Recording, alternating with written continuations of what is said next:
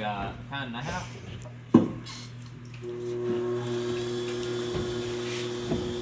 Still want this to be centered because we want it to be level, and it's easier to keep it level if it's centered.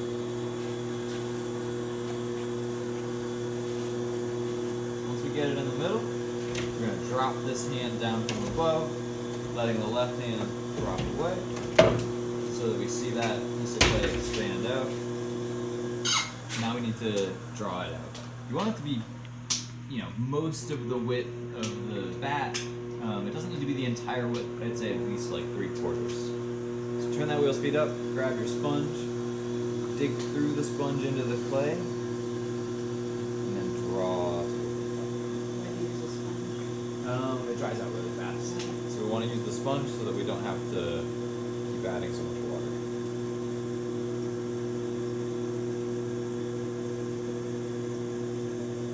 A cookie doesn't need to be particularly thick, it just needs to be level.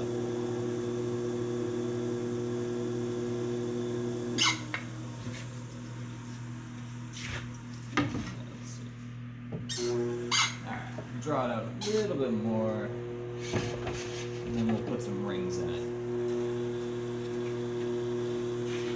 Just digging in and slowly drawing. The faster the wheel, the easier this is.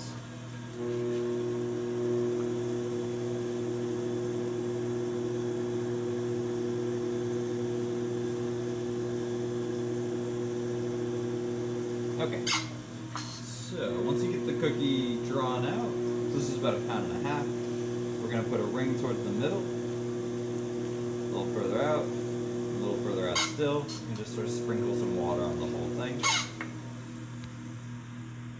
Stop that wheel, draw a big old X right through the middle. Ideally you want to stick down the dry side of the bat because it's really going to grab onto that cookie. So we're going to flip it over, line it up. I make sure it's as center as I can get it before I lock it in. When they wobble around, it won't mess up the pot, but it throws me off. So I'm just feeling for any bumps. And moving it towards the center. That's good enough. To sink the cookie on, or the bat onto the cookie, I'm going to hold one side, and then tap, tap, tap, tap, tap. Turn.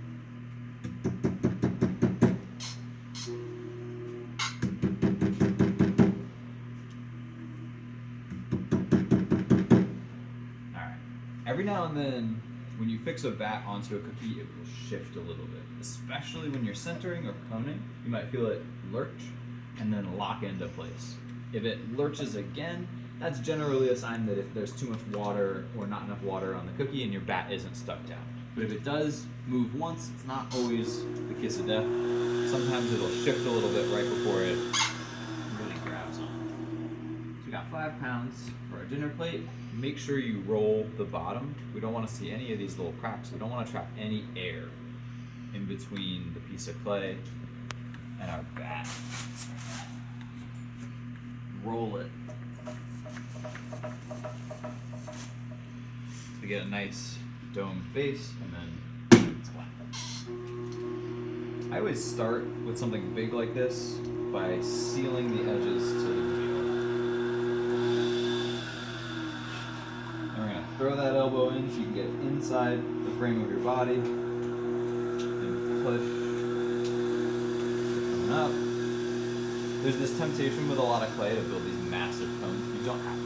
It just has to be taller than your hand. When we go to cone down, get the elbow up and really drive everything you got into that clay. Some folks will end the cone down with their hands overlapped, like that, and then they're basically in that centered position.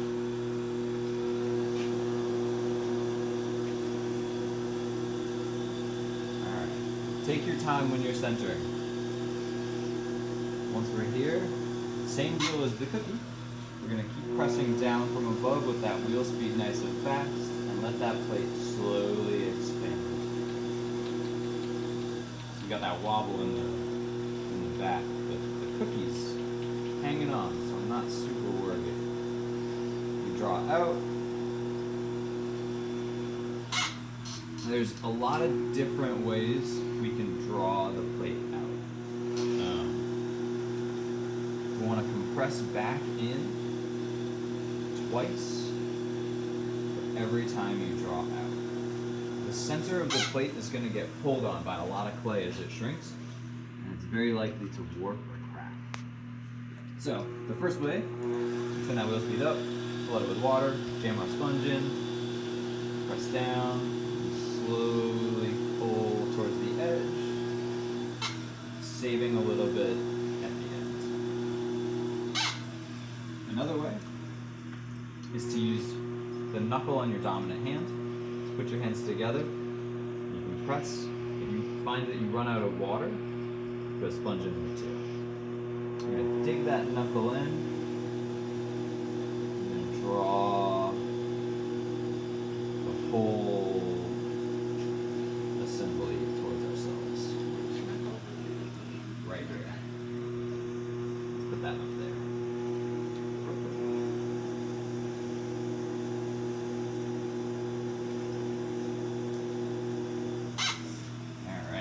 Now we're going to press back in.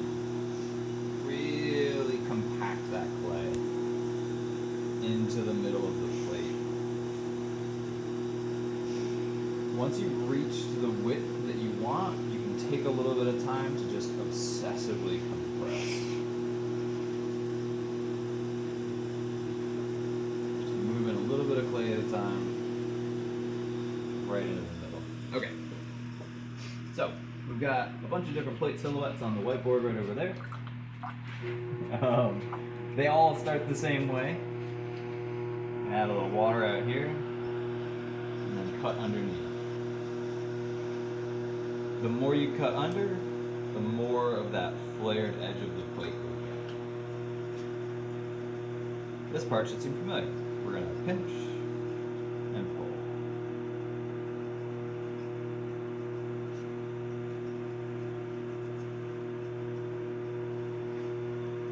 Press and smooth. Now if we want something like a kind of more traditional looking dinner plate with this flat outer edge, I'm going to grab a little more clay, gentle pull.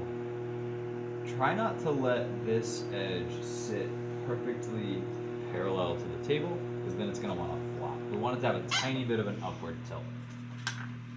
So, I'm going to reach across the plate with my non-dominant hands to support, and then take a rib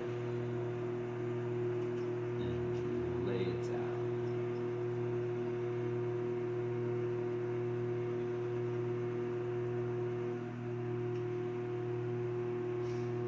And smooth all of this. When we're getting close to the middle, the danger is if you go past the middle, it'll bite in like that. The tool will chomp right down. So what we got to do is use the curvature of this so that it sits right at the center without going past it.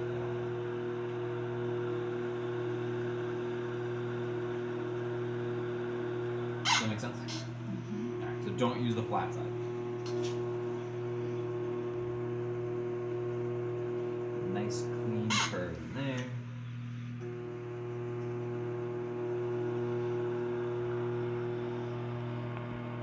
Take your time with these. That's a lot of clay on the wheel, so we don't want to rush. Soak all that water out.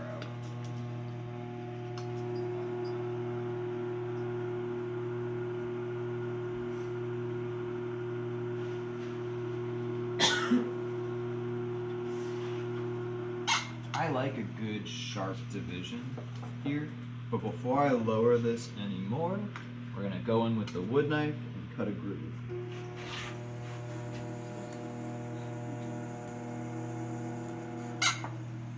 And then we'll try and get that out of there.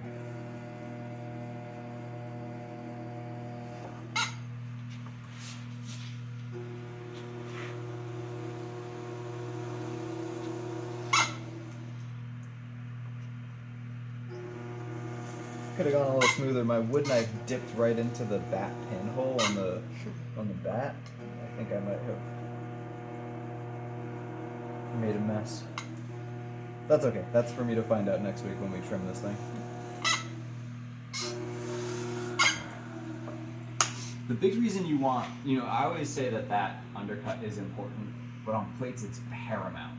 Because when we go to wire through it, we want that groove so the wire goes cleanly flat underneath. You might have to wire it off again when it's leather hard, so you don't want to have to wrestle with that little slope of clay. So we're going to support underneath, gently press down, slow and steady, keeping it slightly tilted up. I love a good clean division, so we're just going to tuck that round side in there.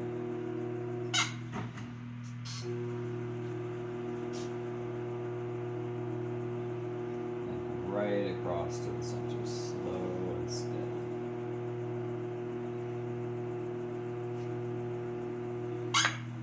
Not plates. I don't wire through these on the wheel because the pan is kind of in the way.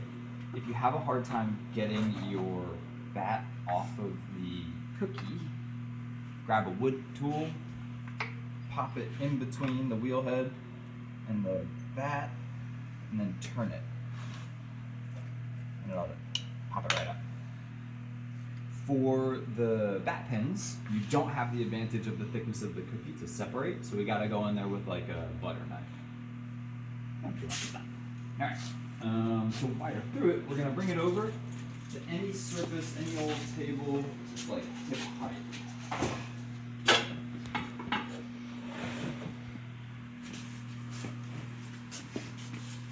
Grab a nice clean wire tool with no knots or kinks. And then I get braced on one side.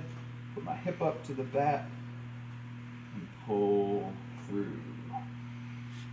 Keeping that wire as taut as you possibly can. It's a little easier than reaching into the wheel. And then we let it dry.